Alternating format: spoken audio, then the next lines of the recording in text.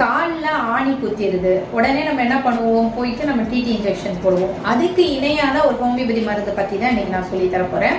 இப்போ காலில் ஆணி குத்திடுது அப்படின்னா, இல்லை ஏதாவது இரும்பு குத்திடுது அப்படின்னா, ஹோமியோபதியில் நாங்கள் என்ன பண்ணுவோம்னா லெடம் 30 அப்படின்ற மருந்து கொடுப்போம். அது வந்து டெட்டனஸ் இன்ஃபெக்ஷன் வராமல் தடுக்கிறதுக்கு ஹெல்ப் பண்ணும்.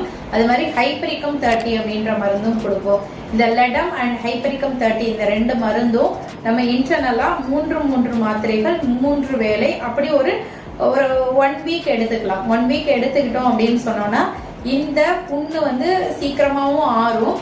அதே சமயத்தில் இது வந்து டெட்டனஸ் ஃபார்ம் ஆகாமல் தடுக்கிறதுக்கும் ஹெல்ப் பண்ணும்.